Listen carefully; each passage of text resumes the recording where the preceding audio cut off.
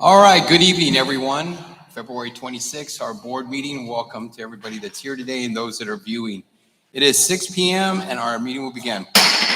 Item number 2 is roll call. I'm going to ask if you state your name from my right and we will end to the left. Carlos Margo, present. Alisa Peña, present. Rosalba Hernandez, present. Celso Gomez Jr. present. Okay, so let the record state or show that Anita Chavez, who's our vice president, is not in tonight, and neither is Jessica Ochoa, but we do have quorum. Next item on the agenda, ladies and gentlemen, is our Pledge of Allegiance. If you're able to do so, please stand and face the flag. I pledge allegiance to the flag of the United States of America and to the republic for which it stands, one nation, under God, indivisible, with liberty and justice for all. You may be seated.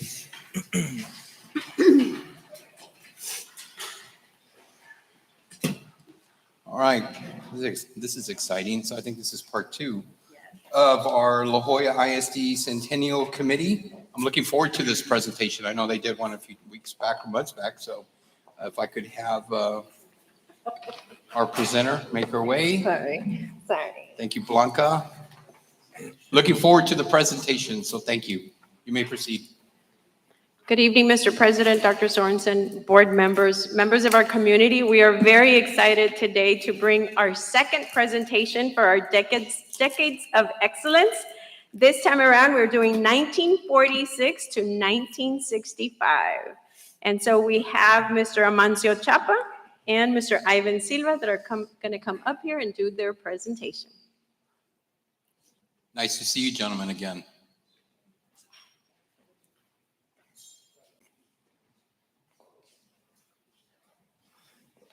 Welcome, gentlemen.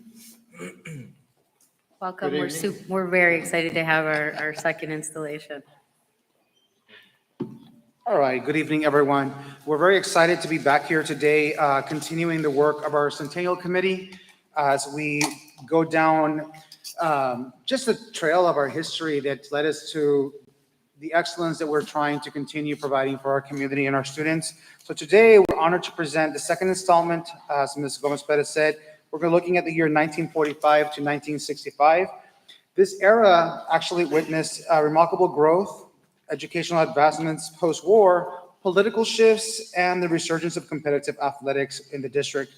These 2 decades that we're looking at, the La Joya ISD saw significant growth in student enrollment, the establishment of new schools, and the emergence of influential leaders like Superintendent H.C. Baker and the long-serving board president, Eliberto Reina. Student activism also played a significant role in shaping the district. As we reflect today on this rich history, we're reminded of the resilience and dedication that laid the foundation for the district that we recognize today. And to delve deeper into this historical part of our district, I'm going to hand it over to Mr. Chapa so he can walk us down this part of our history.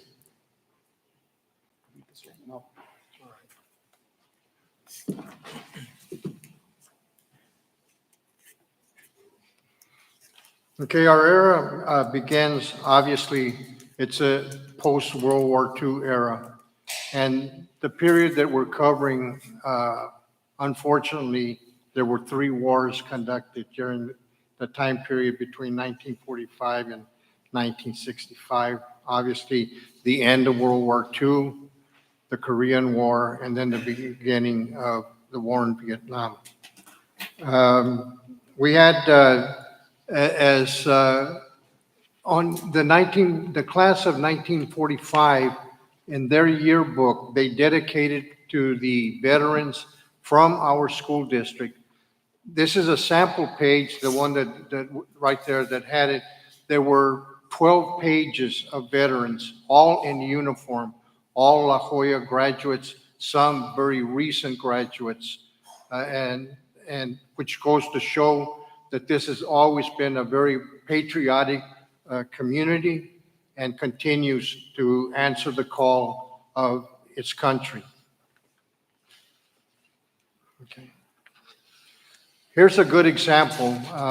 Also in the class of 44 had listed as many of the veterans that were there. This gentleman, H. Norris, was the principal of the high school. You can see him in his uniform. He had to leave his position. We don't know if he was drafted or he volunteered, but while he was employed with the district, his life changed. In other words, he entered the Army Air Corps, and he wrote a letter, a parting letter, dated 1943 to the class of 44, wishing them well, congratulating them in persevering in their education, in light of the hardships that came along with a wartime economy and a wartime effect on all communities throughout the country. He wished them a life of peace, but he also mentioned to them that should your country call upon you, may God give you the courage to answer the call. Mr. Hugh Norris.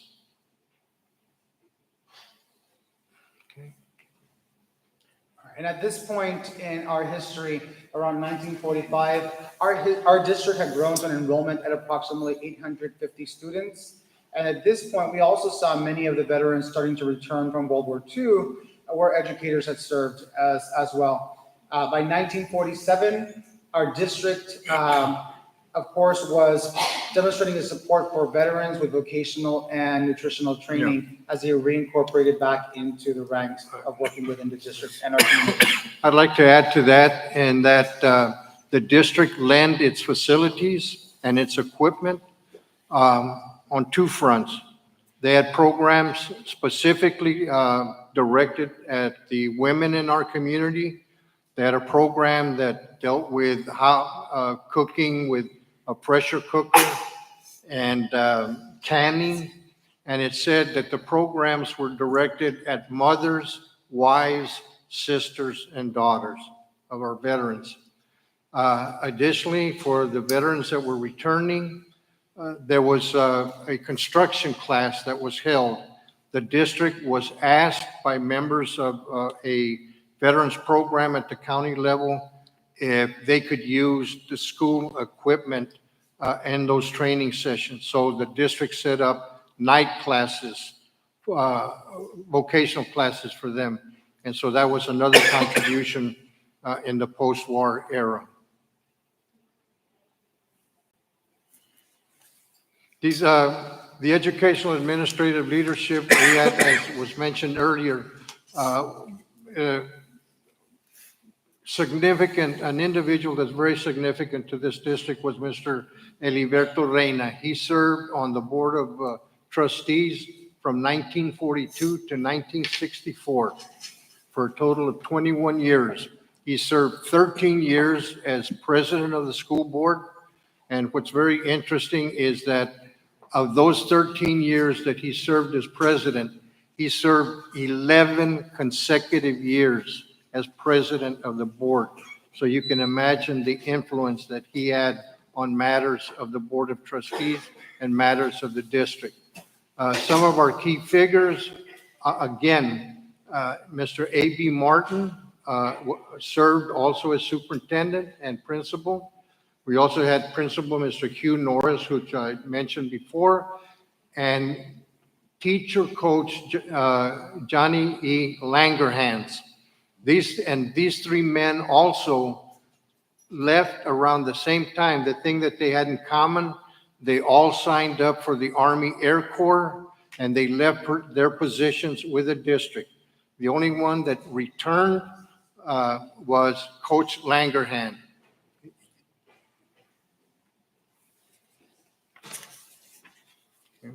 And around this time, we arrive at 1954, and that's when we had additions to schools to our school district. We had Memorial Elementary School added in 1954, which is currently next door to us. It was previously home to Tabasco and also to Hope Academy.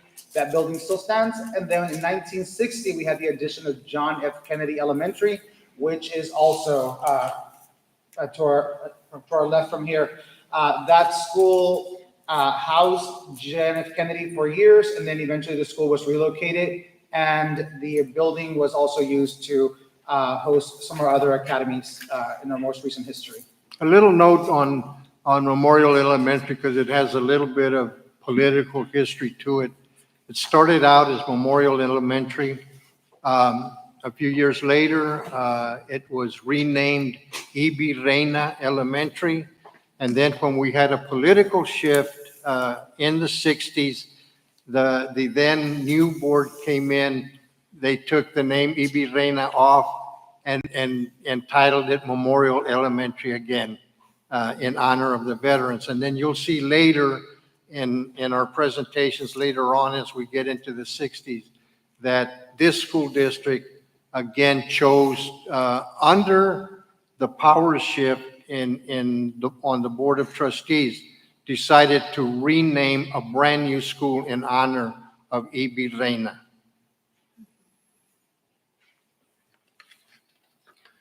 This is another very just interesting. I had a visit one time by a gentleman who had been an ex-student back in the 40s, and he was looking for information on a Mr. Smith that used to be a vocational teacher here in La Jolla.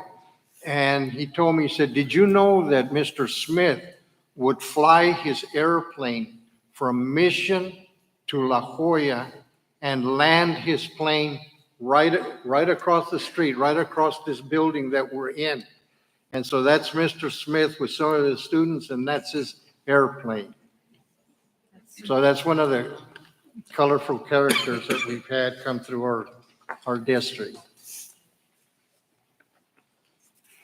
All right, again, keeping with the theme of the war, during the war years, there was a suspension. There was a decision made by the Board of Trustees, and I'm sure with the input from Coach Langerhans and the then superintendents and principal, that they would suspend participation in athletics. Again, I think because of a lot of our young men going off to war and the pressures that some of the student athletes would have, and students with the wartime pressure. So it was suspended I think it was in late 1942. Then in 1947, Coach Langerhans was back, and it was decided that La Jolla would get into athletics again. And as you can see, of note in this process was, again, Coach Johnny E. Langerhans.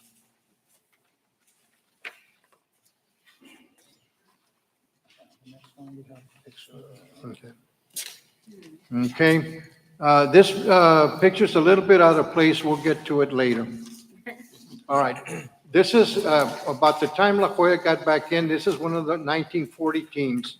And we showed it as an example because one of the players next to the catcher there, to the right of the catcher, is a gentleman by the name of Max Diaz. Max Diaz was a longtime agriculture teacher here. We have one of our elementary schools, Diaz Villarreal, is named after Mr. Diaz. He was a very popular teacher, but when he was in high school, he was one of the outstanding baseball players for La Jolla, and he got a tryout with the St. Louis Cardinals.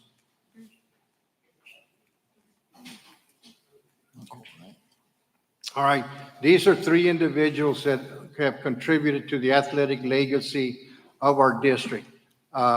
The player with a baseball bat, that's Mr. Mauricio Huicho Salinas.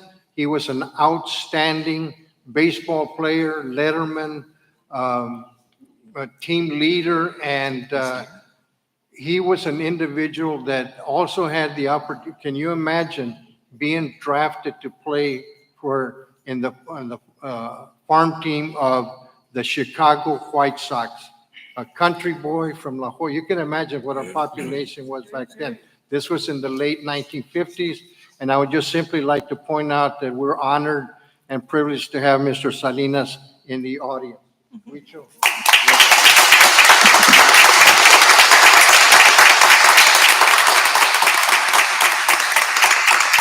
And of course, two of the men that have really always given us a strong involvement in athletics were Coach Leo Garza, who had many championship and district teams in baseball, and again, Coach Langerhans. These are examples of three. We know that there are many coaches that contributed, but these are examples of excellence of people that we're very proud that they were associated with our district.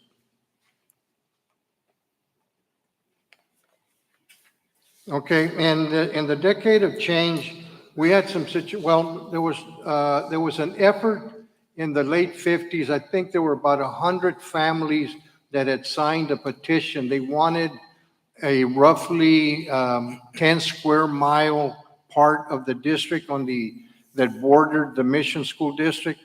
They wanted it to merge with Mission. In other words, cut that piece of land and cede it over to Mission ISD. That was voted down. It didn't pass. The county school board that existed at the time voted against it on a very tight vote. There were accusations again at the county level that politics was involved. The then superintendent of Mission was a gentleman by the name of J. Mill Auld, and we'll talk about him a little bit later. Also, one of the individuals that spent a lot of time in his career here, Mr. H. Baker, passed away at the time. Mr. Baker was related to A.Y. Baker, who was, I don't know, to some people, a notorious political force in Hidalgo County back in the 20s, and had a lot of political influence throughout the county and with many school districts. And then you'll see the score of our alma mater, which was written in the late 1950s by the new band director, a man by the name of Clay Deemer, who I think was hired around 1950. He scored the music, and we're pretty sure that he also did the lyrics to our alma mater. And so that's how long our alma mater has been around, and that's the gentleman that we credit with that. Okay, this just an example, the band that's there. This will show you that out of our music programs here, this was a beginning. Some of these kids were in school in the 60s, and eventually this was one of the first popular Tejano bands that we got a recording contract. And then as we make other reports, you will see how vibrant our fine arts program was and how many musical groups, professional groups came out of the La Joya Fine Arts Band program. And then off to the side, you will notice that we have a copy of the minutes, and we'll get to that in just a few minutes when we get to that. Yeah, okay. 1963, actually, 1962, I take it back. The Board of Trustees decides, they make a motion to change the name from Tabasco Consolidated Independent School District to the La Joya Independent School District. There was a tie vote. There were two members of the Board of Trustees that voted no and 2 for. And then Mr. Frank Eckroth, who was the chairman of the board at the time, broke the tie in favor of changing the name to La Joya ISD. And then the state of Texas formally recognized the name in September of 1963.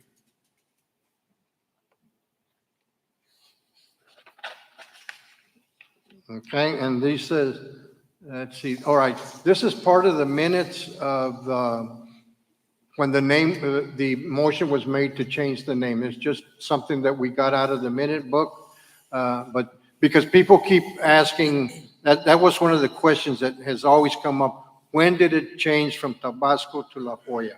And so we've got it in the minute books of the district. Student protest and walkout, 1963. A very popular teacher at the district was notified that Her contract would not be renewed for the coming school year. Members of the student body, a couple of the officers, I'll just interject. I was a sophomore at the time. I was approached to write a petition to circulate to the students and called for a walkout after the lunch period to protest. We had tried to get a hearing with the principal. He wouldn't meet with us. And so the student body decided that they would walk out. They would not return to class after the lunch bell rang. And so that was, this was before a lot of the civil rights student walkout. So here in the little community of La Jolla, we had that. And then we asked for a hearing before the Board of Trustees, which was granted to representatives of the student body. And I'll just briefly tell you that the board stuck to its guns. They heard us out. They didn't change the vote that they had taken on the non-renewal of contract. But the principal that had requested the teacher be terminated didn't expect that he would be terminated.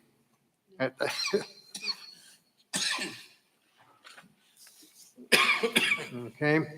1965, there was a political shift, and our district has had a very rich, vibrant political history, mostly among local factions, as I have pointed out, the number of years that Mr. E.B. Reina was a major influence in our district, did a lot of good things.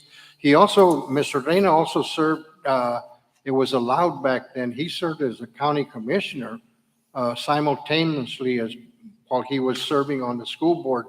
And another interesting facet of his life is that he acquired I wouldn't say a perpetual lease, but I know it in the beginning it was a 99-year lease. You may be familiar with the only hand-operated ferry still on the Rio Grande in Los Ébanos.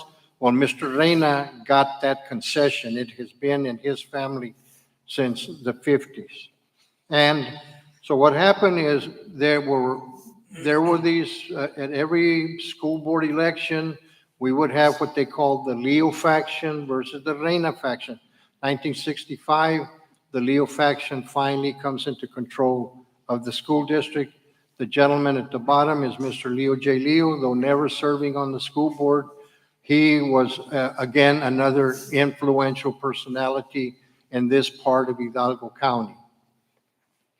The picture at the top, I think, is very significant because even though Mr. Leo and Mr. Reina were constantly battling for influence at the school board, at the Board of Trustee level, and they were recognized as the two political parties in this area, they buried the hatchet to honor Mrs. Nelly Lino.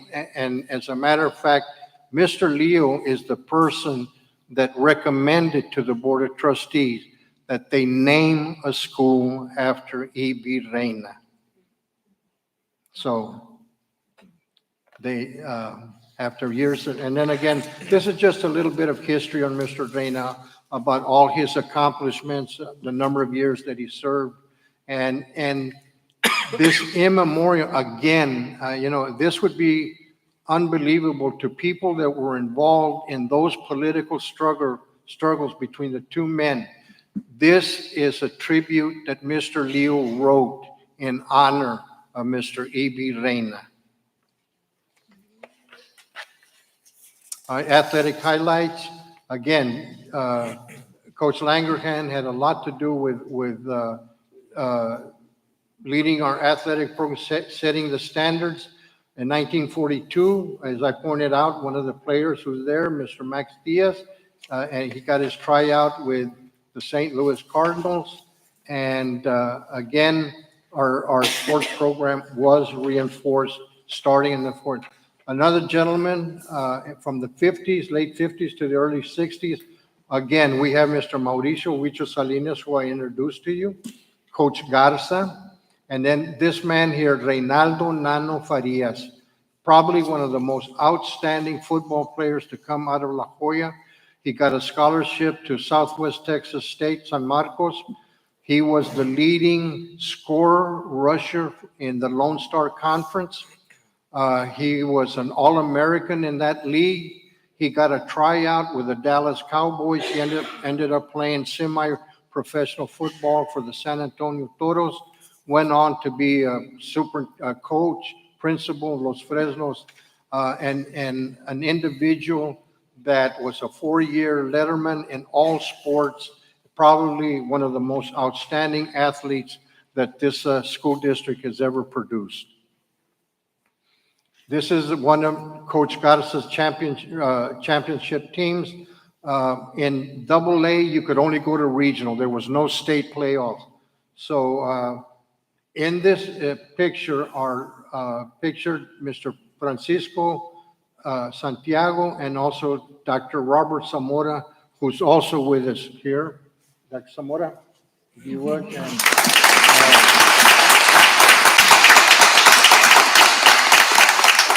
And they had a lot to do with leading our teams to get to the highest level possible. I don't know if the picture is there, the next one that we were talking about, this one. Okay, in 1963, an All-Valley Colt team was put together. They won the World Series of Colt League. And what we were very proud of is on the first row, number 9 and number 6. That's Dr. Zamora and Francisco Santiago, ball players here at La Joya that were on that World Series championship team and brought a lot of pride to the sports program here in La Joya. Again, there's Mr. Deemer, who wrote the alma mater, and Coach Leo, who had a lot to do with coaching these young men. And then in conclusion, again, the superintendent of mission that was there, that was in favor of annexing part of our district to mission, ended up being our superintendent and closing out the 1965 year.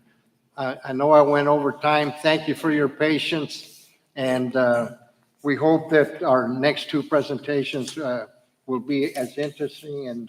And thank you for sharing the pride that we take in this district. And thank you for your leadership. Thank you. Well, before you leave, do any of our board members have any questions? No, but I do have a comment. I think it's awesome that we're highlighting athletics, right? I think there's a lot of people here in the district that have deep roots to our athletic system, and this is proof that for years and years and years, we've been cultivating just the motto of excellence and going above and beyond just what we can do here Yes. in our community. So thank Yeah. you for showcasing this.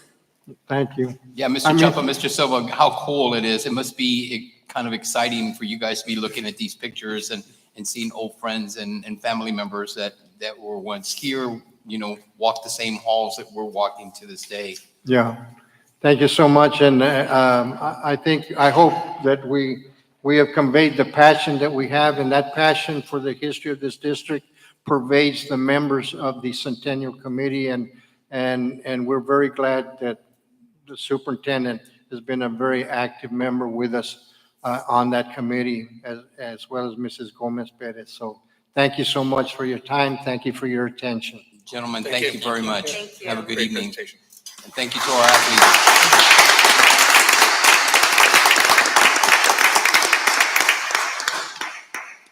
Again, what a great presentation by these individuals, and we look forward to part 3. Our next item on the agenda is public comment. Do we have anyone signed up for public comment tonight? We do not have anybody signed up tonight for public comments. Okay, great. So noted that we have no one signed up for public comment tonight. Next item on the agenda is item number 6, which is the superintendent's updates and announcement. Dr. Sorensen? Thank you. Thank you, Board President. Before I get started, again, just want to pause and thank Mr. Chapa and Mr. Silva for your dedication and your time. I know that there is deep passion and love behind every presentation that you give, but I also know that it takes a lot of time and energy to put it all together. As a former history teacher, each time that I watch these presentations. It really is like a lesson in history, but also a lesson in love. So thank you so much for doing this for us, with us, and to celebrate our 100 years of educational excellence. Thank you so much.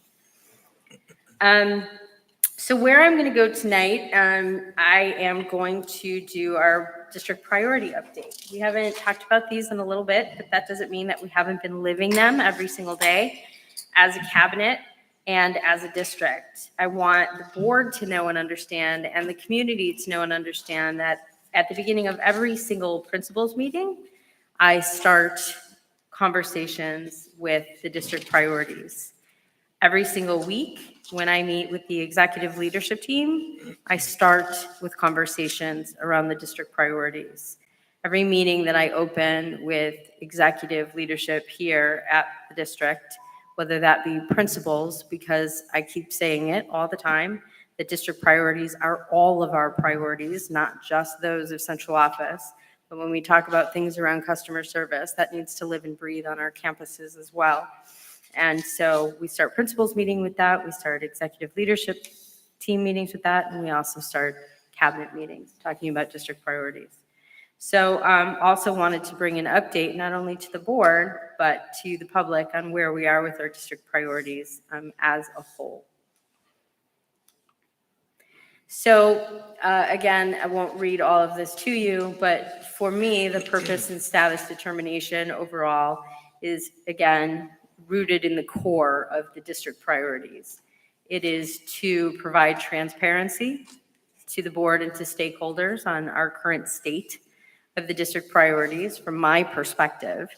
And this perspective is informed by a process that I go through with executive cabinet about every 6 weeks, where we kind of do a status on where we are with what I call work streams. Things that we're working on to improve the processes, the systems, the services across the district.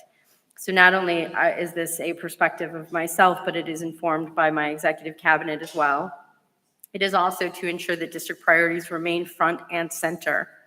It is incredibly important that we all embody these district priorities in the way that we talk, the way that we walk, the way that we answer, the way that we respond, and the way that we serve.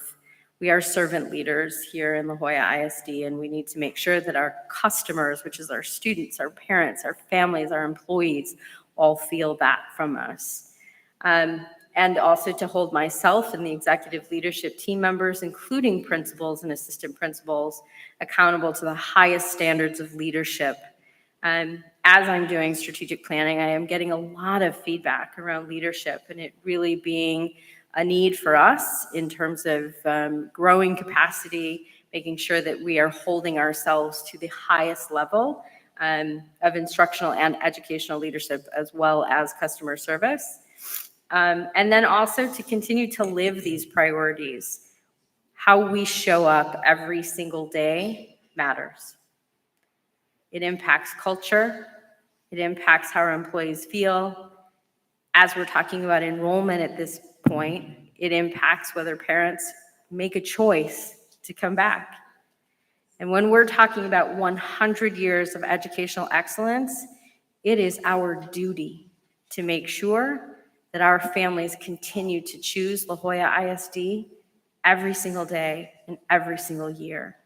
And so making sure that educational excellence is the right of every student is not just a motto, but it is a way that we live. It is a way that we behave. So that is the purpose for us continuing to bring these updates to the board and to the community.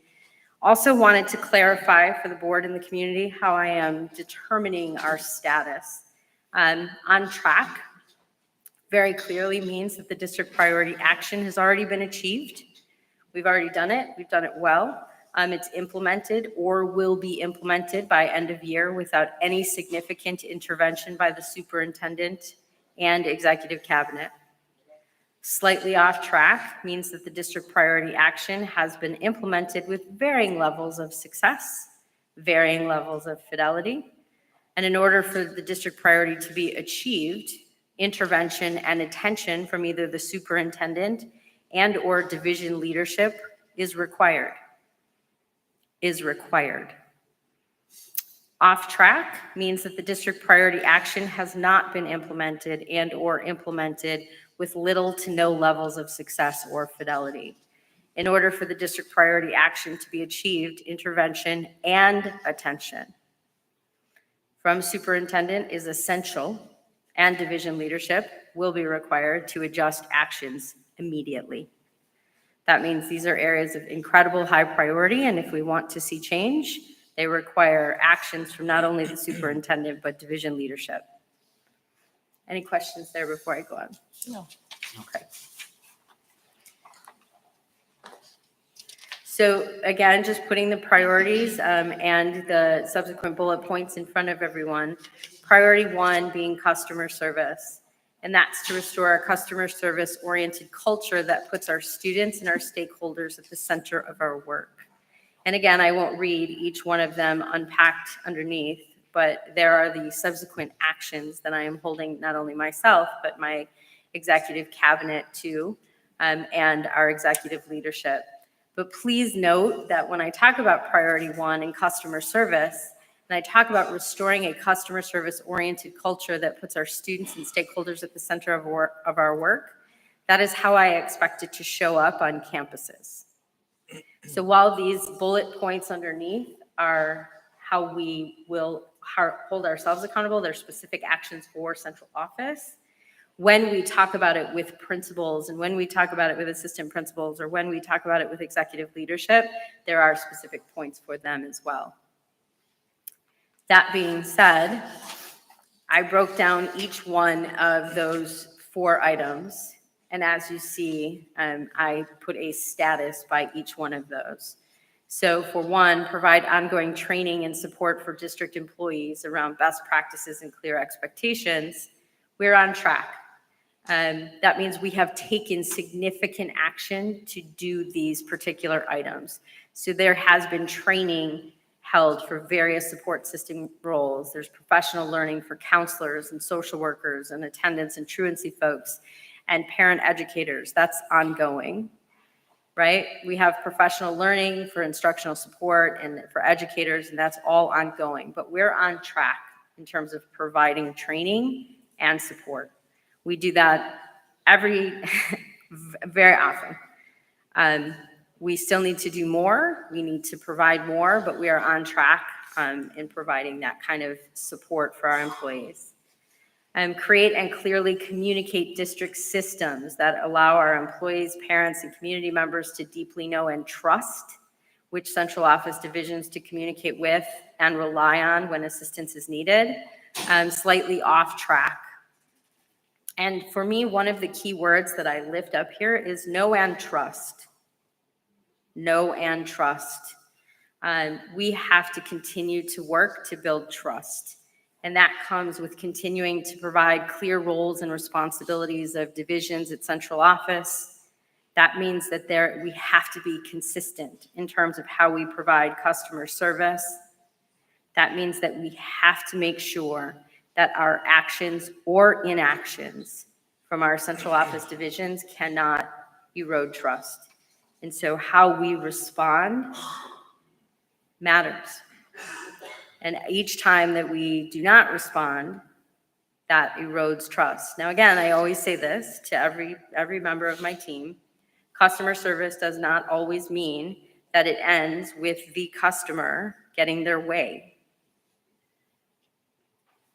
I'm going to say that again. Customer service does not always end with the customer getting their way, but it means that we respond honestly, with care, with clarity, that we answer in a timely manner, that we are transparent in our why, and that we are supportive to help our customer, whether that be our students, our families, our employees, understand whatever answer it is that they are seeking.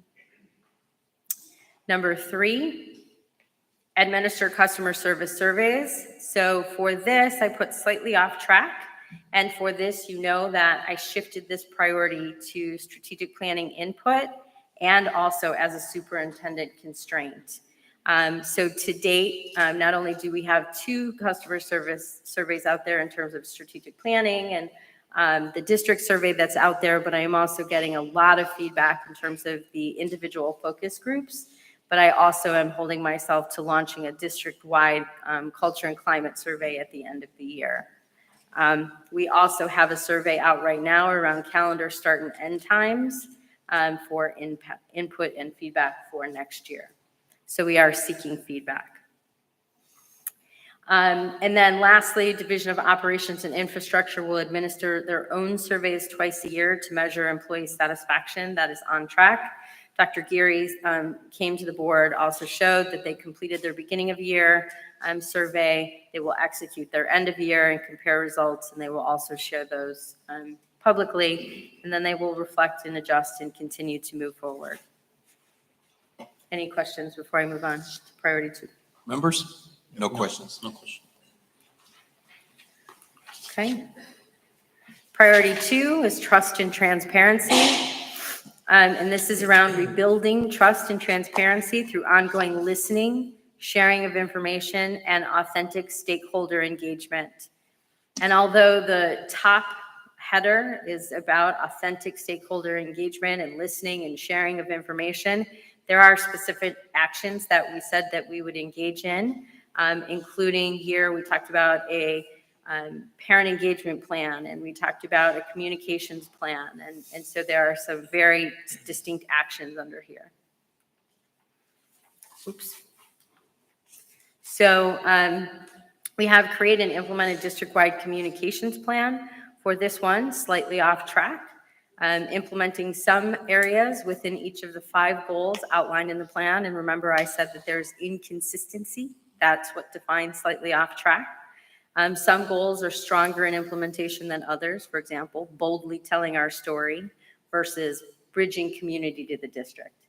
So we do boldly tell our story. They do an incredible job in terms of boldly telling our story.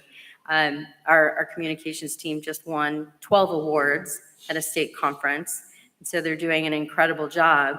But where we aren't yet fully doing the best job is bridging community to the district. We still need to continue to work there.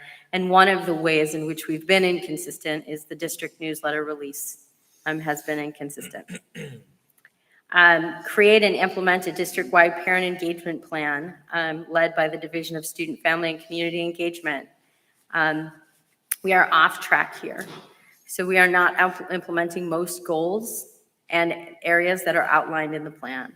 In that plan, there were very specific parts that the campuses were to do and that central office were to do.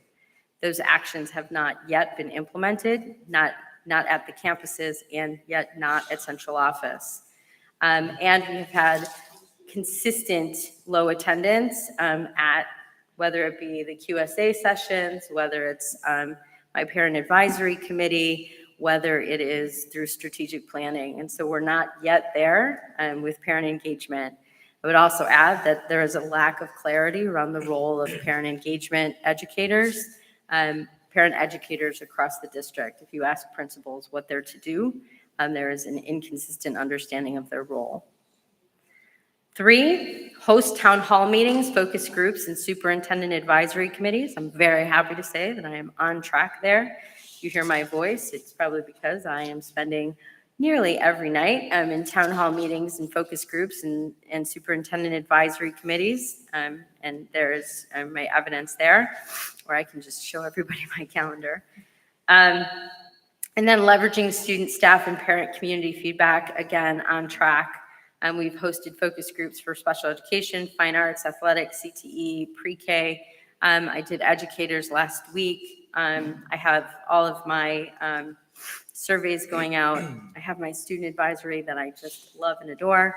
And then I will continue to host town halls through April with a community design day scheduled for early May so that we have a strategic plan next year. Any questions for priority 2? Dr. Sorensen, yes, quick question. Yes, sir. Since the parent engagement is off track, I mean, that's obviously concerning. What can be done? I mean, we need our parents. We need the community engagement. What is being done? What else can we do collectively to get this back on track?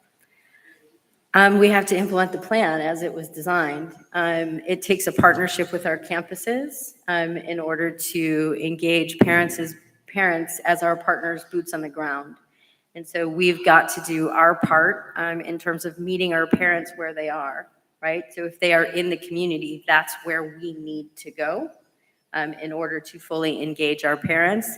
If we need to create more events in the community, then that's where we need to go in order to meet our parents. We also need to listen to our parents and hear what it is that they want from us, and then we need to actually meet that need. The other side of the parent engagement plan was around what campuses were to do to deeply engage their parents.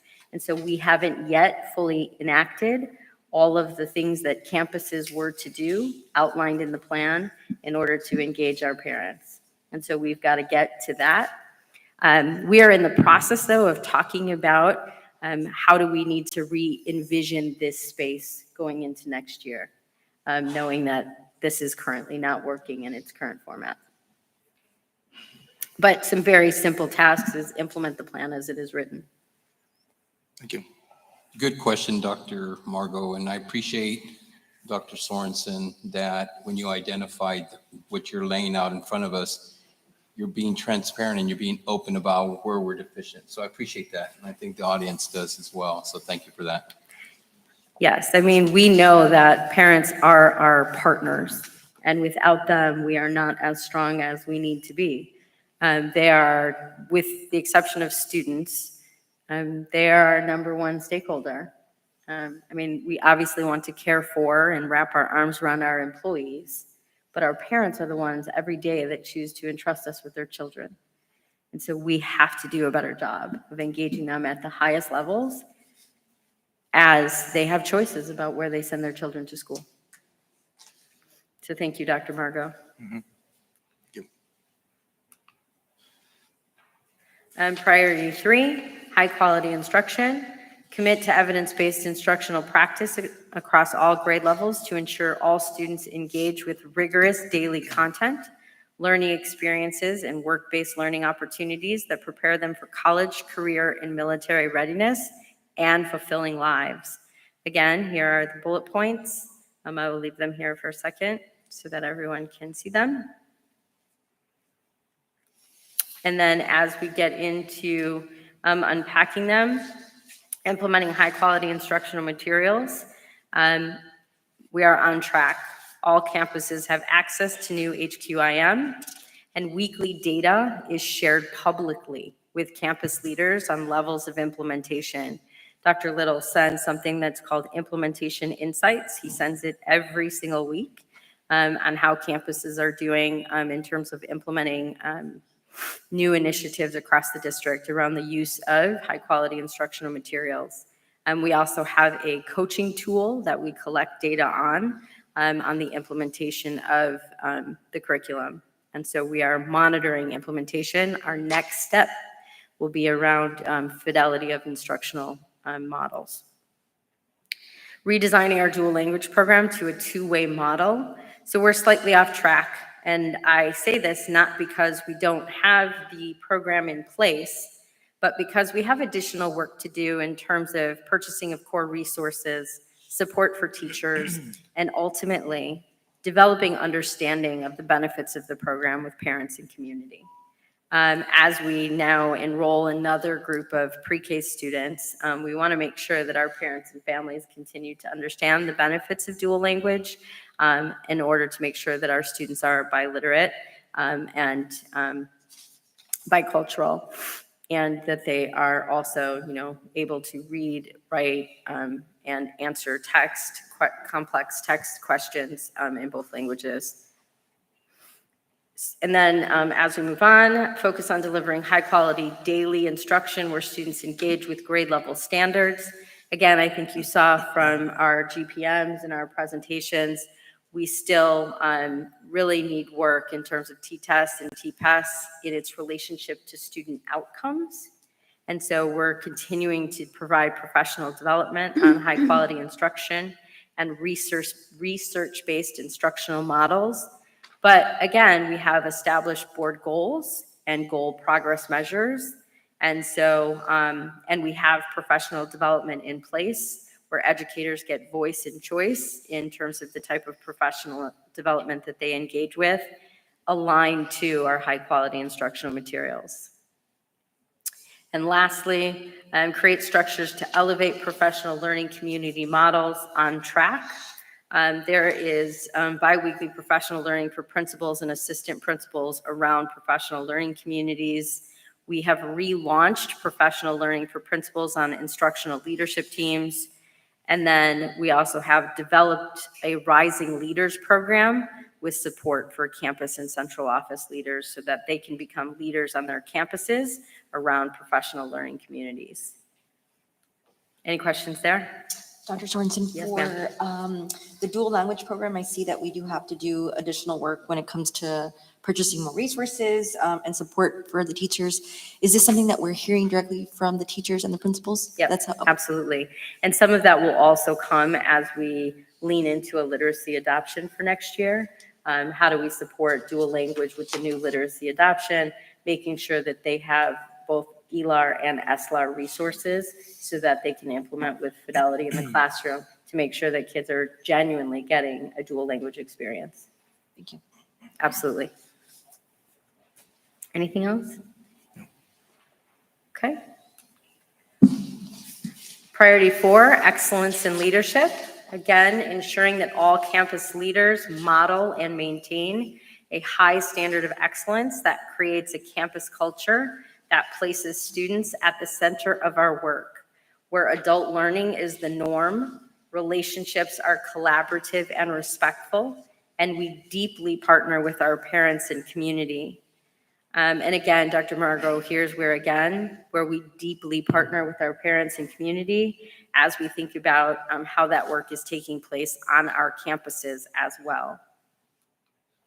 So again, and that goes back to us, in that particular space being off track.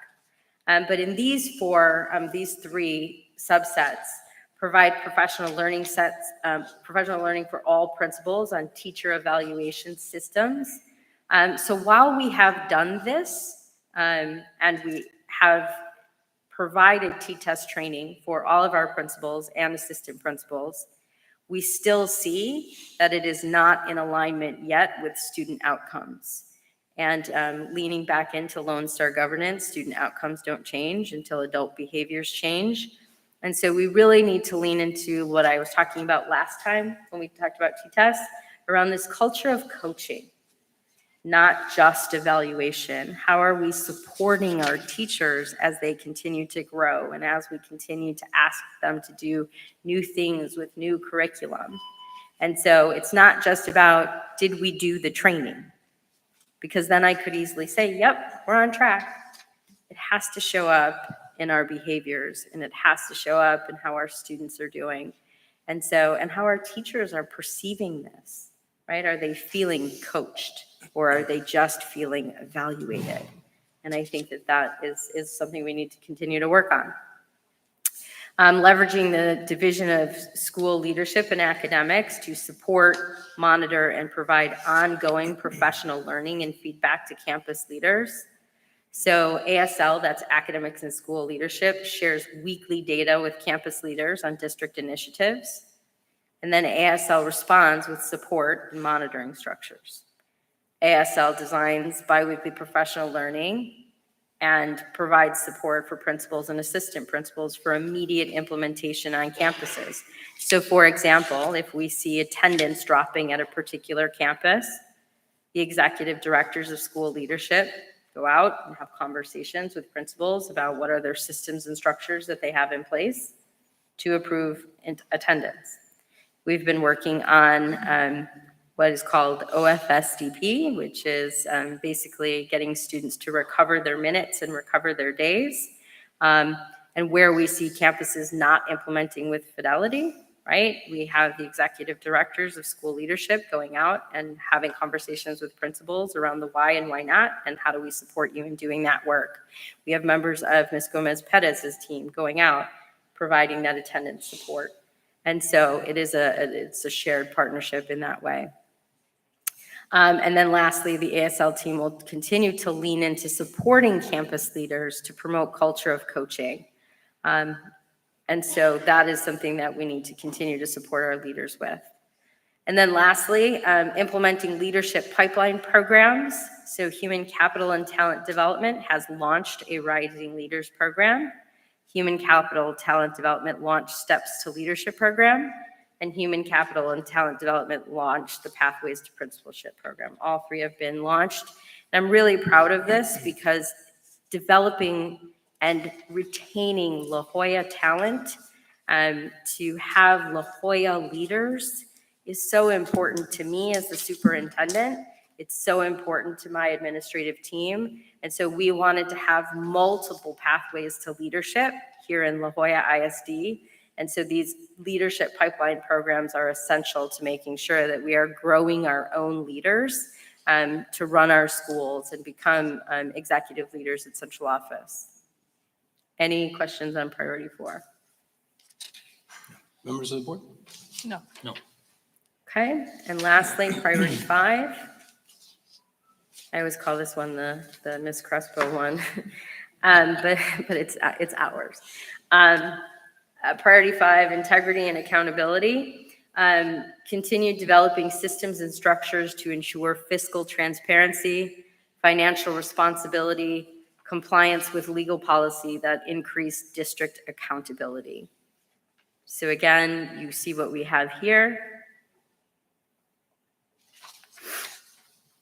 And then priority 5, I'm really proud of this because this to me is one of the core reasons that we're here, is around integrity and accountability.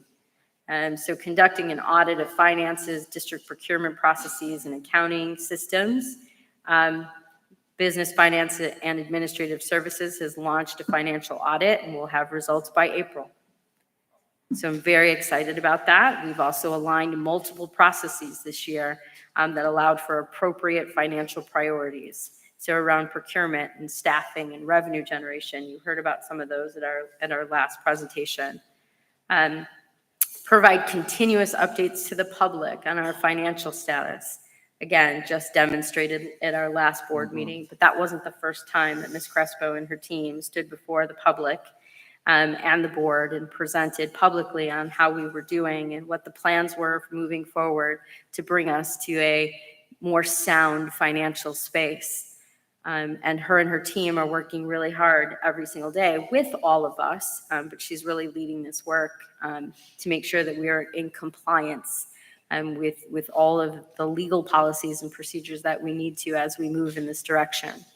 Realign the calendar for district's budgeting process. I'm happy to say that we are in a much better place in terms of the budgeting process this year than I was last year. Thank goodness. But again, that has been shared publicly with the community and with the board, with our principals and with campus leaders. And so, and we're continuing to provide professional learning for campus leaders on budgeting process and academic return of investment, campus needs assessment, zero-based budgeting, all new concepts here in terms of budgeting here in La Jolla ISD. And then lastly, I'm conducting an external audit of special education services. The superintendent, that would be me, has launched a special education audit. Findings will be in late March, early April. Superintendent will share those results publicly. Implementation plan for 25, 26, and beyond will be created. And I've aligned my constraints and constraint progress measures, and I will do that once we have the audit findings to make sure that I am held to the highest level of accountability for what we find in that audit. So I'm really proud that in terms of integrity and accountability, we are on track for these particular items that I named at the beginning of the year. But that we're not done. We're never done because until we have public trust and until we have high levels of engagement and until we have our stakeholders in deep partnership with us, we will never be done. And so we continue to engage with strategic planning so that we can create a strategic plan for 25, 26 and beyond. So really wanted to show these slides here that I have elementary parents tomorrow, but then high school parents and middle school parents are coming up March 10th and March 25th. And then I have a whole bunch more coming up. I have facilities, energy and warehouse. I have custodial. I have child nutrition services. I have transportation. I have central office and campus admin support. I have central office instructional and student supports. So that's central office folks. And then there will be more after that. I could only ask Blanca to do so many slides. She was like, do you want me to put them all? I was like, no, only do this many for right now. Because I'm going to do another round of educators and I'm going to do another round of parents to make sure that we have as many folks as we can get. So I will pause there for questions from the board. Members of the board, do you have any questions for Dr. Sorensen at this time? And Dr. Sorensen, you said that all in one breath. Real good. Good job. I mean, that's really good. And again, as I've stated many times, I appreciate the fact that you're going out there in the community and you're not only listening to our parents, but also to the students and members of our staff. So thank you for that. It's greatly appreciated. No questions? No. Okay. We'll go ahead and go to the next agenda item. Dr. Little, you can make yourself to the podium. So we're going to be discussing the summer academic programming presentation. Again, while he's making his way, Dr. Sorensen, appreciate the report. Thank you, sir. Dr. Little, can I just say one word here before you introduce this? So last year, in the months that felt like a blur, we promised the community that we would do something very different for summer school. And we promised that if we were going to ask the community to extend the calendar, that we were going to deliver on a promise of a summer school that looked, felt, sounded different in terms of what the student experience would look like. And so I am super proud of that team led by Dr. Little, but that team sitting right there, the academics and school leadership team, but in partnership with a very large cross-functional team that meets every other Friday, like clockwork, to make sure that our students and our families really get the benefit of that promise of delivering on a summer school that looks, sounds, and feels different, but still amps up the rigor and complexity that we know that our students need in order to continue to grow academically. So I just publicly, if you don't mind, sir, would really like to commend the team, those that are in the room and those who are not right now, for your work on putting this together for our students, families, and our educators across the district. Thank you. Yes, and let's give him a round of applause. Great job. Dr. Little, so have you had a chance to meet all of them? I know most of them have had an opportunity to speak. You can take this opportunity to introduce them if you'd like. Yeah, happy to. Starting here is Ms. Tamara Albury, who's our Deputy Chief of School Leadership.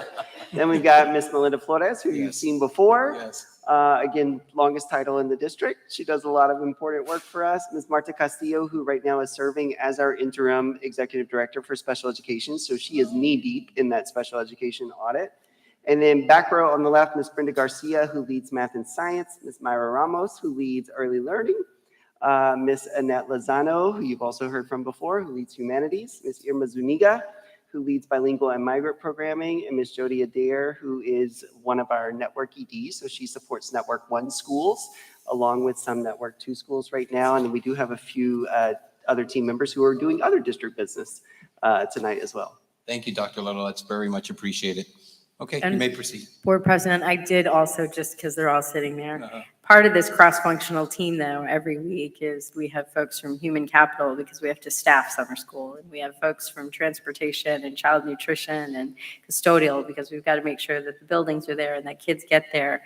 And HISM is just like, okay, great, I just got here, and so how do I help support all of that? Great, I'm happy to do whatever you need me to do. And then we've got Ms. Crespo, who is like, okay, how much is all of this going to cost? And great, what do you need? And how do I make all this happen for our wonderful children, families, and educators? And then we've got Ms. Gomez Perez, who from a counseling lens and from a student, family, and community lens is like, let us get the community excited about this. Let's get our parents excited about it. And let's get kids in seats. And so we are super excited that this cross-functional effort is here. And then right over here, I've got Miss Blanca and her team who make sure to message all of this out as often and as clear as possible so that it is exciting and fun and available for our families to, get excited about. So it truly is a cross-functional effort, what you're about to see. I'm super excited about it. Absolutely. Thank you, Dr. Sorensen. So to build on that excitement, summer really is about exciting opportunities for students. And so what we're going to lay out over the next few slides is really different programming opportunities that not only keep students engaged academically, but really keep them engaged, period. So they can explore and experience things that maybe they've never done before, but certainly may not have had the chance to do during the regular academic school year. Yes, we do want students to come back in August with the benefit of summer learning as well. So we should see, we call summer slide. You heard the superintendent talk about that last year with the ADSI calendar adoption. We should see less summer slide from students coming back this school year to next school year with what we're doing. But we really want them coming back really excited for next school year as well. I will share that the team has actually done several rounds of engagement with parents and with principals on these programs. It would have been fun if we would have done one of those exercises with you tonight. Like parents were like, can I come every day? Can I volunteer? Like, this is going to be great. We had principals competing over who could build the highest like spaghetti and marshmallow structure, and there's science behind that. So lots of fun stuff going on. We'll begin here with our elementary school programs. And the biggest thing that we're doing is obviously our ADSI summer program. A couple of structural changes here, which are really important compared to years past. You'll see on the next slide in a second, the hours of the program have been intentionally shortened to really focus on a summer camp-like experience. So we want students to think every day that they're coming to La Joya ISD STEAM summer camp, not that I'm going to, I got to go to summer school again. Like the total sort of messaging, the experience, the day-to-day feel will be very different. ADSI, as a reminder, are the additional 20 days that we have on our school calendar to really impact student learning and engagement. That will be pre-K to 5th grade. And we are anchoring that around this summer STEAM camp activity. So every day, there will be some reading and some math. And then there's going to be a lot of exploration and engagement. And each week has a different STEAM-related theme that they're going through. So they're designing, they're cooking, they're building, they're doing lots of engineering opportunities. And we'll be providing all the resources to schools needed to make that program happen. In addition to the core ADSI program, we will also have 10 schools that offer additional services, supports, and opportunities to students. So that is where our formal bilingual pre-K and K program will be housed. Every district in the state that has, I think it's actually only 10 district-wide, emergent bilingual students has to offer this program. So we certainly want to do that as well. So that'll be at those 10 schools. That will go for a longer school day option. So if families want a little bit of a longer time, it's available there. And then continuing to partner with our after-school ACE here, not to be confused with the other ACE, that will exist at those 10 schools as well. So there's additional enrichment there for students. As I mentioned, we made a few structural changes here. So the core ADSI program is really a 4 to 4.5 hour program with meals. So it's 8 to 12:30. This was one of the things we actually heard in our parent focus group, that they appreciated the shorter day. So folks were excited about this. There are some statutory requirements with that bilingual program. It has to meet for at least 120 hours of programming. So that's part of the reason why at those 10 schools where ACE also operates and has some hour requirements to meet, that will be an option for a longer day up to 2:30. But families will get to choose, am I coming just to the 8 to 12:30 part, or am I staying at those 10 campuses for the rest of the day? That's what we have at our elementary campuses. You will see a ton of cool pictures and projects and all sorts of things going on. Most important thing we want the community to know right now is it's time to start signing up. Campuses are getting flyers and registration information out to families starting tomorrow. And then next week during the Texas Public School Week open houses that we're having, this will be a big conversation that our elementary campuses are having with their families so they can get registered and signed up for the summer.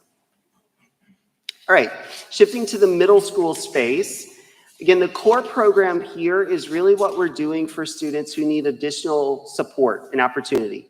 But just like in the elementary space, again, we're bringing in enrichment and exciting opportunities for them as well.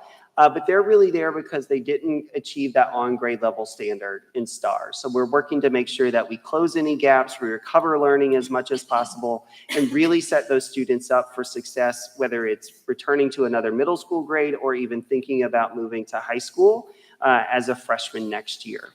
The other 3 opportunities on here are all enrichment. And so those are things that students are recruited into and participate in. We've got English language enrichment camps that are really helping to build out listening, speaking, thinking, sort of reading, writing in a dual language context. We got more STEM camps specifically focused on 6th and 7th graders. And then text prep is a partnership with UTRGV. You'll see this again at the high school level, but students go through a pretty rigorous process to do that program. So they apply, they take an assessment, they get screened and vetted, and then they get to take coursework over the summer and really be exposed to folks who are doing STEM careers day in and day out.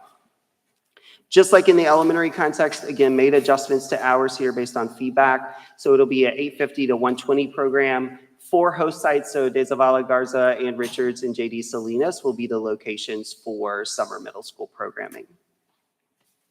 And then rounding us out here at the high school level, again, a mix of things that we're doing to really focus on academic support as well as enrichment. The first one, just like in the middle school context, we're thinking about those students who need a little extra support to pass one of those EOC exams and really make sure that they're meeting those graduation requirements. We've obviously talked a lot about early college and improvements that we need to make with associate degree attainment there. That starts before they actually even show up in August with summer bridge opportunities for early college and P-Tech, getting students exposed to coursework, what they need to do to be ready, talking to them about TSI. So that'll occur in June for our incoming freshmen. And then we're gonna have like a pretty revamped and improved TSI summer camp. I've shared data with you multiple times now that shows we got a long way to go in helping students to pass those TSI exams and really be on the path to college readiness. And so we're doing things right now this semester, and then we're gonna revamp what we're doing in the summer to help students as well. And then our partnership with Gear Up continues as well. So again, we've got 2 high schools with Gear Up programming right now. They're also doing additional programming to support students with post-secondary readiness and STEM opportunities. Then just like in the middle school space, we have text prep again, partnership with UTRGV at the high school level.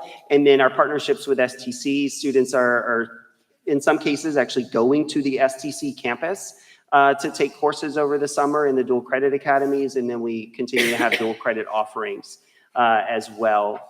Here's a similar program at the high school level. The thing I would note is as we get into the high school space, not all things happen on our campuses. So again, you got students going to STC, you got them going to UTRGV. So the district is supporting transportation to those locations. But for the programs happening in our buildings, this will be the time frame that we follow, much like middle schools, 8:50 to 1:20. And then the other quick thing we just wanted to note here. So I just sort of did a quick run through of here are all the programs that we have. But there's other services that we're offering to students as well, really regardless of those programs. The superintendent just mentioned this alphabet soup, more simply called Flex, previously called SATA for folks who are still using that terminology. But this is sort of attendance recovery program that we participate in. It's available to districts across the state. It helps students recover time that they've missed from school, more importantly, recover learning that they missed in those cases. And we can continue to support them through that in the summer. Ms. Uniga and her team really focus on additional supports for migrant students as well. So they do some additional recruitment and targeting supports for migrant students. And then the last 2 with dyslexia and extended school year, that's for special education and dyslexia services. So if I'm coming to ADSE or if I'm in that middle school program, really focusing on reading recovery or whatever it may be, if I need special education services or if I qualify for dyslexia, we'll continue those services for the student throughout the summer as well. So they're not going just to dyslexia class or just to a special education course that's being built in. So we just wanted to clarify for folks that those continue to be provided for students in the summertime. And with that, that's our quick run through of what's going to be happening. Members of the board, do you have any questions? Dr. Marco, do you have any questions on what courses are going to be offered from STC? I'm curious. I'm actually curious if you have, well, you did say transportation will be provided to off campus, to other institutions of higher ed, right? I heard correctly? You did hear that correctly. So that is an investment that we make and a support for the students. So our transportation team buses them to STC or to UTRGV. In the text prep situation, we also have chaperones. So we have staff who are going with them as part of those programs as well. And so working with STC in the summer, there's sort of a dedicated pickup and drop off time at the campus that we work with those students around. And we could obviously discuss this later, but it's just a scenario I was thinking about while you were presenting is transportation for some work-based learning opportunities for high school students, juniors and seniors, perhaps in the future. And I'm just kind of want to throw that out there now. I'm just curious if the district would be able to provide transportation for students who are involved in maybe some college courses that require some work-based learning with some employers. But I know you don't have the answer right now, but it's something we can discuss. But it's something I think worth looking into. I know, Mr. Alvarez, we had discussed that already, certain occupational training programs. But when you mentioned transportation to offsite training or classes for the summer, I'd like to have the discussion in the future to see if that includes or could potentially include some employment opportunities for high school students. Yeah, we look forward to talking about that. Thanks. Dr. Little, for the students that are signing up, is there a cap for how many students can sign up? Any prerequisites or any of that stuff for students that want to attend these For programs? some of the middle and high school enrichment programs, there are program caps. So like UTRGV, for example, sets a cap for us and other districts. For our core programs like ADSI, for example, in the elementary space, it would be amazing if every single student showed up to participate this summer. So there's no limit there. Thank you. That's a great question. For our elementary students, do the parents have the choice to either send them to the ACE program, the 10 schools for the ACE program, then is transportation provided? How would that be managed? Yeah, so just like our typical transfer process, if you're at one of the schools that's not doing the 230 option and you want to go to one of those 10, we're certainly happy to support you to do that. It will be at your own transportation. So you would have to be zoned to one of those 10 schools to get district provided transportation. And we based that they were ACE schools based on like their grade, like our F schools. Yeah, D schools. that's a great question. The 10 that were identified are currently partnering with the ACE after school program. So that's already their locations. So again, because they have some grant and statutory requirements in their hours, that's where it made the most sense to also pair the bilingual program, which has to meet the same number of hours as well. So that's how the 10 campuses were chosen for those longer hours and those additional programs. So they were already implemented. They were, yeah. Thank you. I have another question.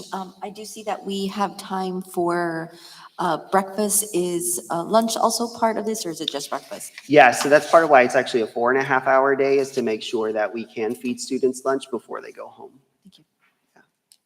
And you got everything covered. As the superintendent said, we have an amazing team. Yeah. It's not all just Dr. Little. Thank you very much to you and your It's team. never just Dr. Little. No, so you always give such informative presentations. I mean, I'm always in awe when I'm hearing your stuff. So congratulations to you and again to your team. I know you got agenda item number 7. So Me too. unless you have Board something to say. President, can I just add one thing? So I'm going to prep you guys for something that will be upcoming around summer programming. So I just had a conversation with Ms. Gomez Perez, 2 Saturdays ago, maybe, on how we are going to lift up athletics over the summer.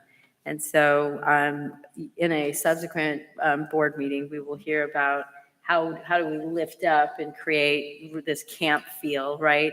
And so kids will go to ADSI, but then how do we lift up elementary athletics, or how do we lift up middle school athletics and create maybe some athletics camps as well across the district, and kind of become our own park district, right? And so we talked about it when we were enrolling kids for pre-K on Saturday. I said, yep, that's our charge. Think big. So here, and Mirjat's like, think big. Yes, so we want our kids engaged in athletics as we can, prep them for high school, right? We want competitive athletes. And so how do we start preparing them at the elementary and middle school level? And how do we continue to create this camp-like feel? And so I'm excited for what the athletics team will bring forward. Thank you, Dr. Sorensen. Dr. Little, agenda item 7 is our Lone Star governance. Item 7.1, update report on goals. 2.1, 2.3, grade 6 through 8, math and high school algebra 1. You may proceed. Thank you, Board President. So again, back with our next LSG update. Structure here is exactly what you've been seeing, so we'll go through some of this a bit more quickly since we're sort of grounded in that. Tonight's is on Goal 2, so specifically looking at our early grades math, but as before, we'll be transparent in other parts of the district as well, so we've added some additional data in there. But the two official GPMs that we're looking at are how our first and second graders did with middle of year math. So I will say, we're not going to learn a ton more here than we did 2 weeks ago because that was also middle of year map data. Instead of looking at reading, we're now looking at math, but the storyline is very similar overall with one key difference, which I'll show you. The other thing we just wanted to remind the board and the community about, because this was a helpful reminder as we talked to principals almost a month ago about this, is as we think about how students show improvement over time with MAP, it's hard for educators to like wrap their head around this part. It's not about getting more questions right on the test.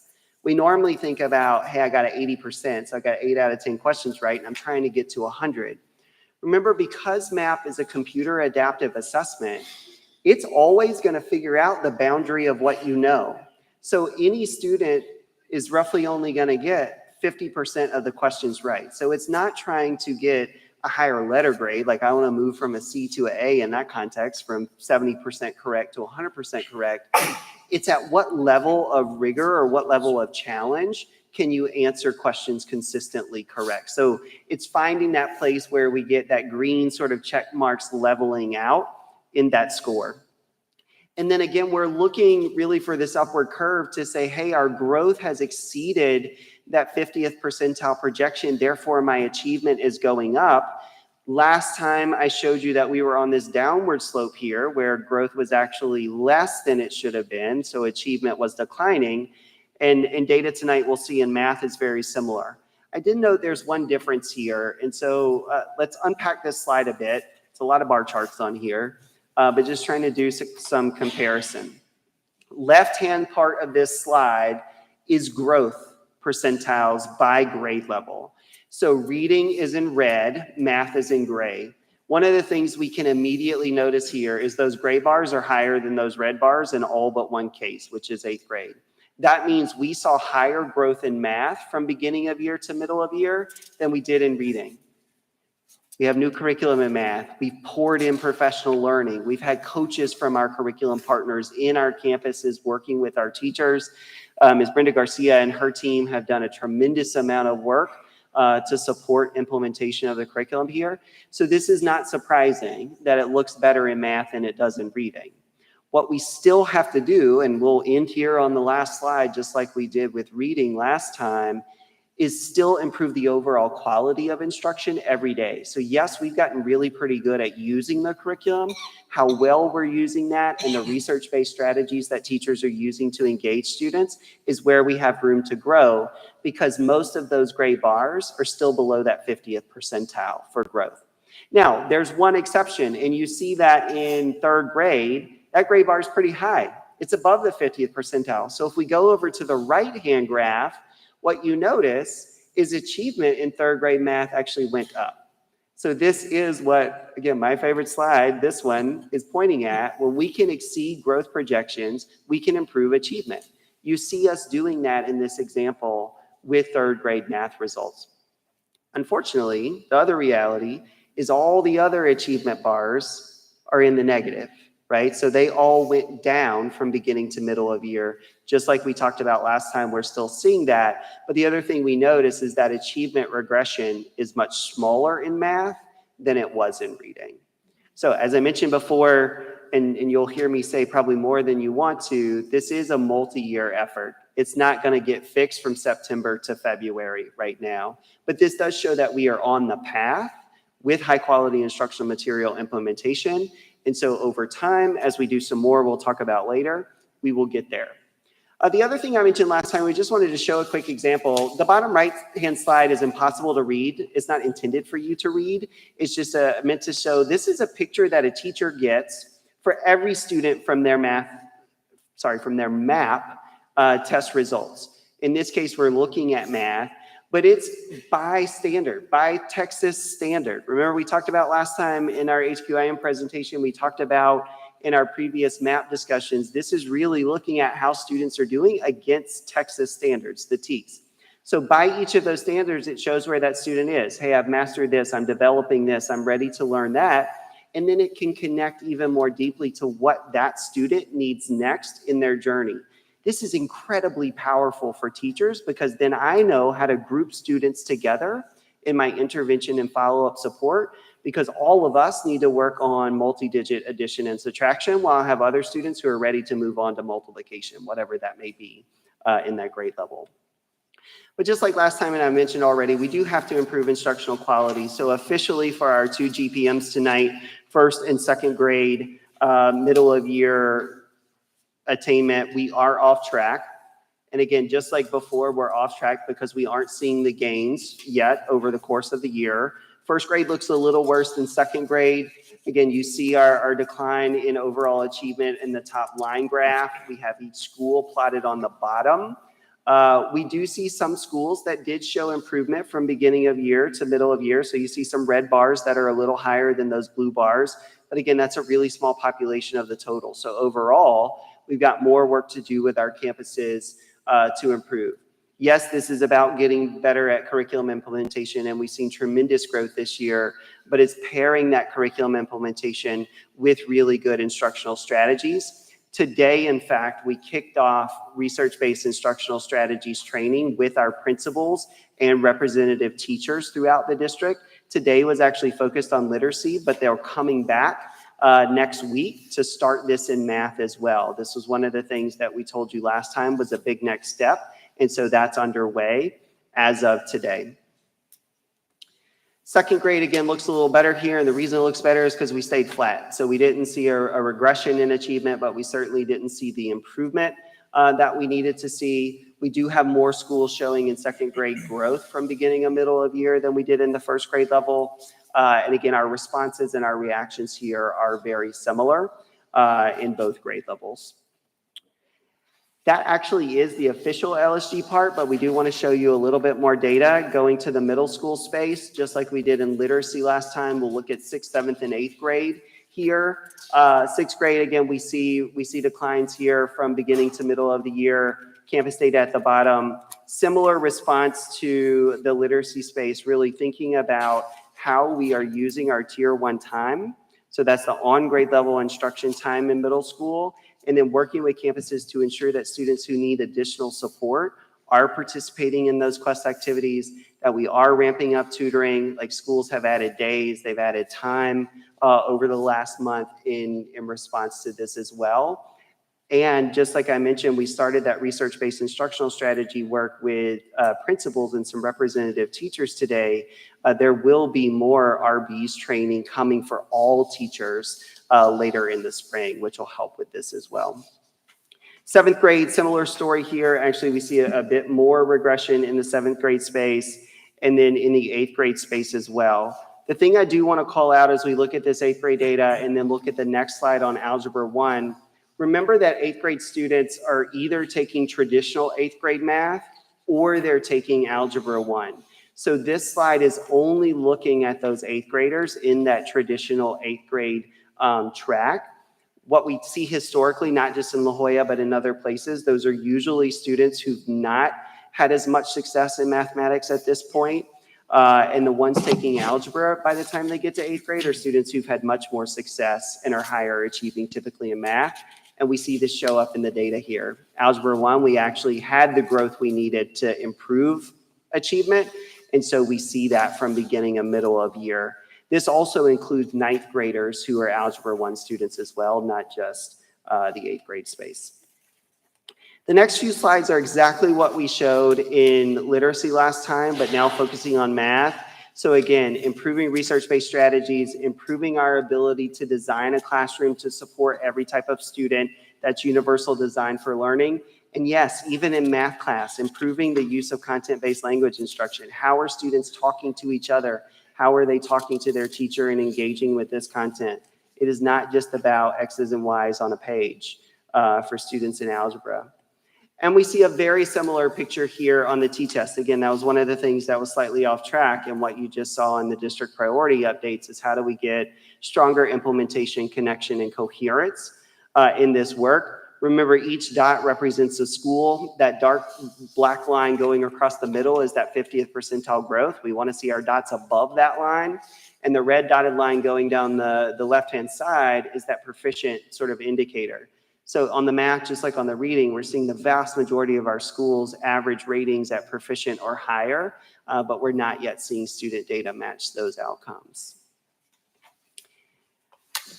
And then similar story here to last time in terms of what we learned. As I mentioned in the beginning, we're not really learning new things, we're just seeing it in a different place, but we are 7 months ahead in math to where we are in literacy at this point with implementation. So we've got more work to do on the quality of our instruction. We've got more work to do building our teacher, our educator, our principal, and leader capacity around what that quality of instruction has to look like and what it includes, and helping our campus leaders provide stronger and better coaching to teachers to make that growth and to ensure that that coaching aligns with really valid and honest evaluation and observation data as well. So everything connects. And as a teacher, I'm getting really fair but candid assessments on here's how I'm doing with delivering lessons and supporting students. That's helping identify where I need support and coaching, which is being provided to me. And then over time, I'm seeing growth and improvement, just like my students are seeing growth and improvement. So with that, a little bit of a quicker tour tonight through the data, but as always, happy to take questions. Members of the board, do we have any questions for Dr. Little? When we identify the students that need some extra help with math, how are we helping? You did mention some stuff like tutoring and stuff like that, but you said we're going to separate them during class, and I'm thinking the teacher needs to follow a curriculum, stay on track. Excuse me, stay on track. And sometimes they just don't have enough time in the day, but how are we doing that, like either in the class or after school programs or math, stuff like that?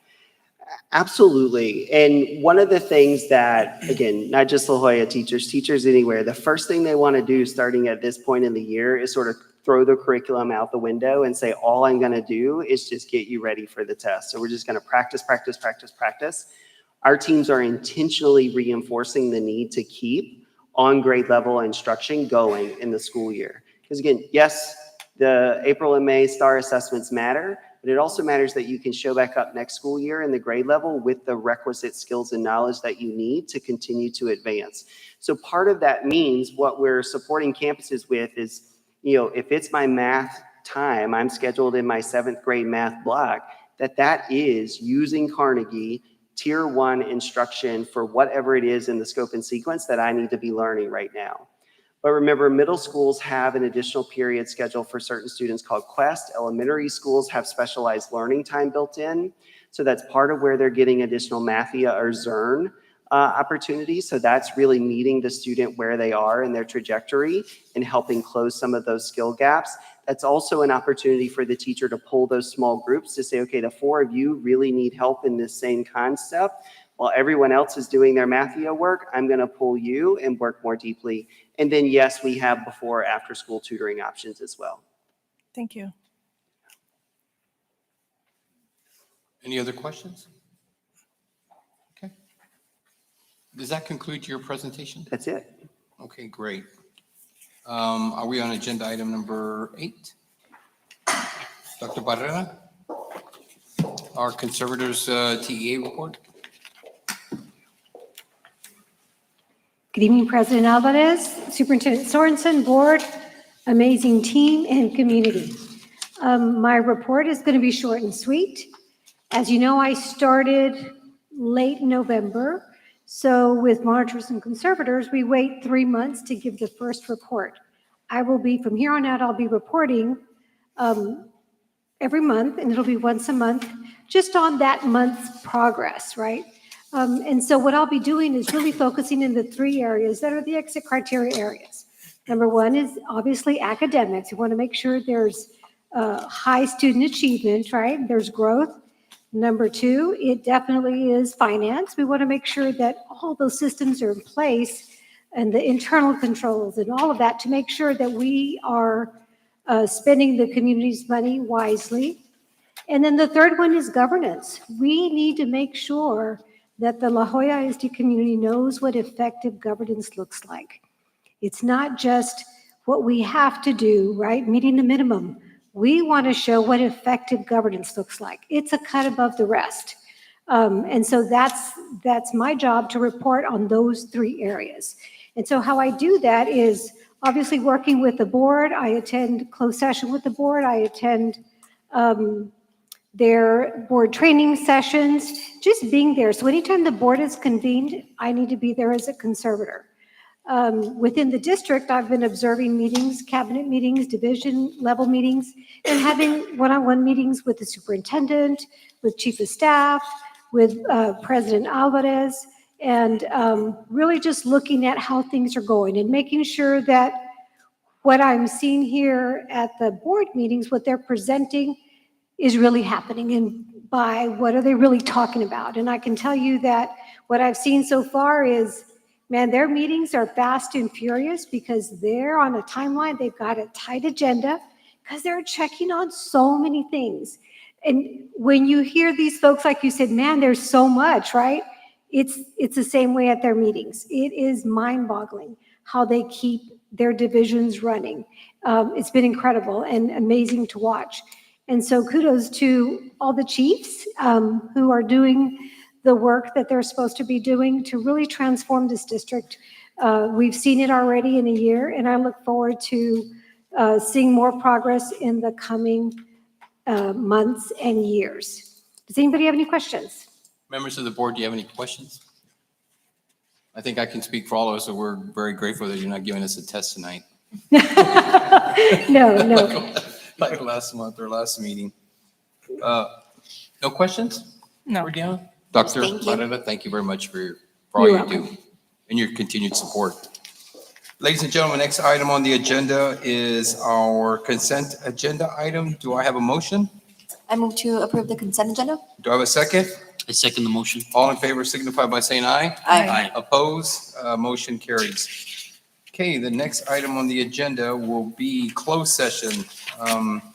Closed session will be held for the purposes authorized by the Texas Open Meetings Act, Texas Government Code Sections 551.001, 551.071, 551.072, 551.074, 551.076, 551.129, and 551.0821 concerning any and all purposes permitted by the act, including but not limited to the sections and purposes listed below.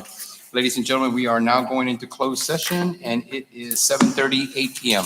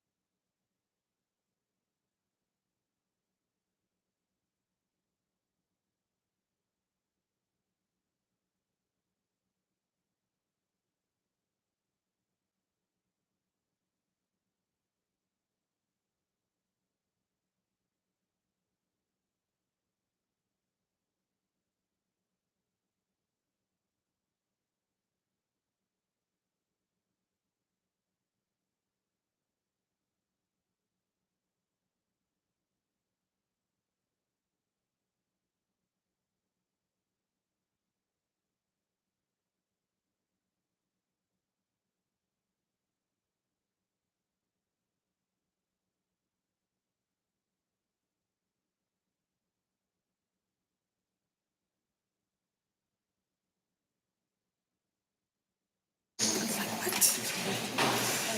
And Starbucks is very strategic about where they put theirs.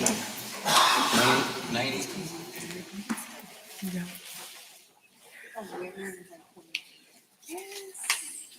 Ladies and gentlemen, we're back from closed session. It is 9:18 PM. Next item on the agenda is agenda item number 12. Let's see, it is 12.1.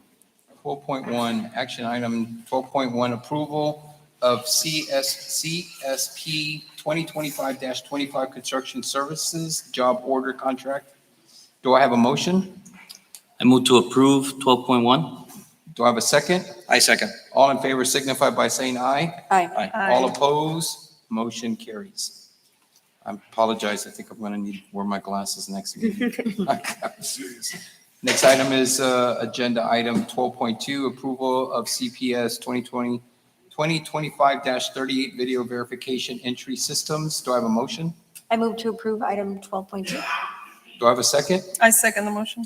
All in favor signify by saying aye. Aye. All opposed, motion carries. Next item on the agenda, ladies and gentlemen, is 12.3, approval of quotations 2025-819 two-way radio systems for Transportation Department. Do I have a motion?